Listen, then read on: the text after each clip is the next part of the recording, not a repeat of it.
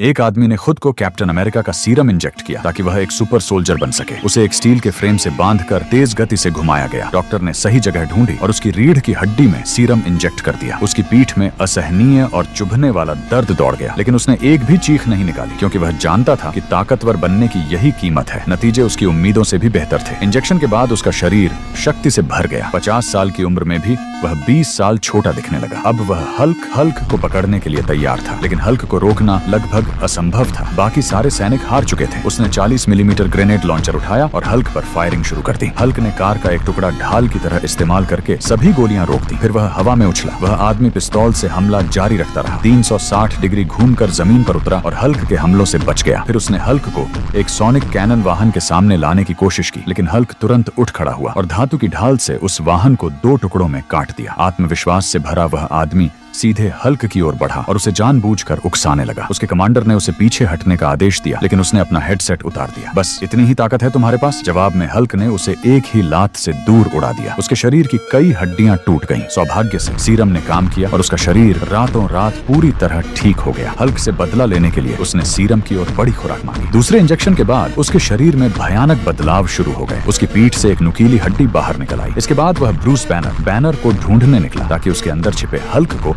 बाहर आने के लिए उकसा सके, लेकिन उसने चाहे जो किया, हल्क बाहर नहीं आया। वह खुद को अपमानित महसूस करने लगा। गुस्से में उसने बैनर को कोहनी मारकर बेहोश कर दिया, लेकिन फिर भी उसकी प्यास नहीं बुझी। उसे और ताकत चाहिए थी, इसलिए उसने मिस्टर ब्लू से हल्क के खून का नमूना अपने शरीर में इंजेक्ट करने को कहा। इस पागल वैज्ञानिक ने बिना हिचकिचाए उसकी बात मान ली। उसने गामा रेडिएशन मशीन चालू कर दी, जिससे हल्क की म्यूटेशन प्रक्रिया दोबारा शुरू हो गई। जैसे ही हरी रोशनी उसके शरीर पर पड़ी, सुपर सोल्जर सीरम और गामा रेडिएशन के संयुक्त प्रभाव ने उसके शरीर को तेजी से बदलना शुरू कर दिया। आखिरकार वह एक ऐसे राक्षस में बदल गया जो हल्क से भी बड़ा और कहीं ज्यादा क्रूर था। एबोमिनेशन का जन्म हो चुका था। अगले ही पल वह सड़कों पर उतर आया और बिना किसी रोक टोक के अपना विनाशकारी क्रोध फैलाने लगा।